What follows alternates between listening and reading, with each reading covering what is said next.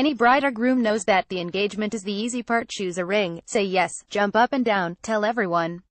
Done. But then come the endless decisions: finding a location, choosing a dress, keeping the guest list below Coachella-esque numbers.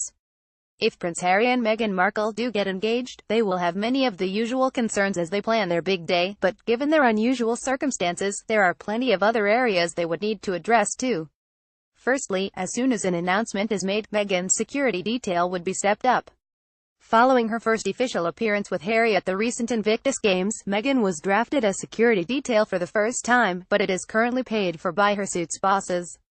It's likely that as soon as she was betrothed to a member of the royal family, they would start picking up the bill. The usual early decisions about wedding venue and date would apply to Harry and Meghan. They would have a number of churches, abbeys, and cathedrals at their disposal, and each would need to be assessed according to the couple's personal preference, the size of their guest list, and their security issues.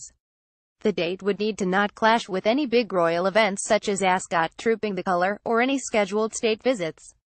Royal engagements are always brief, usually no longer than 6 months, so personal decisions about dress and theme would need to be made pretty quickly. The honeymoon would also need to be decided on in the early stages so that security could be arranged. An advanced team of personal protection officers would need to make a planning trip to flag up and address any areas of concern. As for hen and stag parties, if Harry or Meghan wanted to follow in the footsteps of Pippa Middleton, who celebrated her hen party in Courchevel, France, this would also need to be agreed upon early on so that the necessary security trips could be put into place. It's thought that Meghan is already being prepped for life in the royal family and has had access to assorted advisors, but once an engagement is announced, her involvement will really ramp up.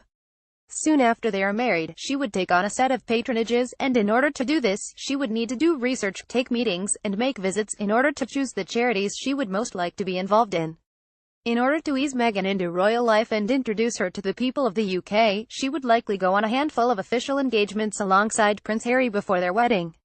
Between William and Kate's engagement and wedding, they made sure to undertake visits to Scotland, to their former university St Andrews, Northern Ireland for pancake flipping during a charity visit on Shrove Tuesday, Wales where they launched a lifeboat in Anglesey, and England where they attended a charity gala. Plans for their first royal tour would probably spring into action also. When William and Kate married, they went on their first tour to Canada just 3 months later, and it's likely Harry and Meghan would hit the road soon after their big day, too.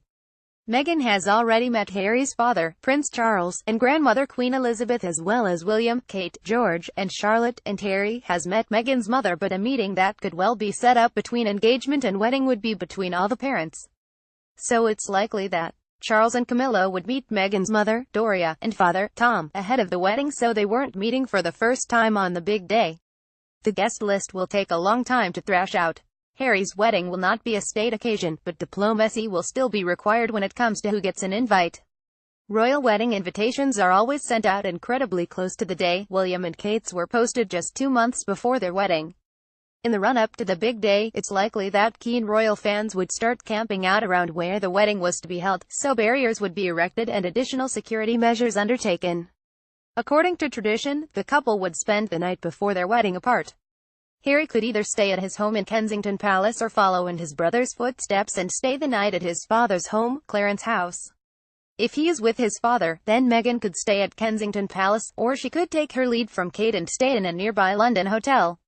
Image source: Getty. Chris Jackson.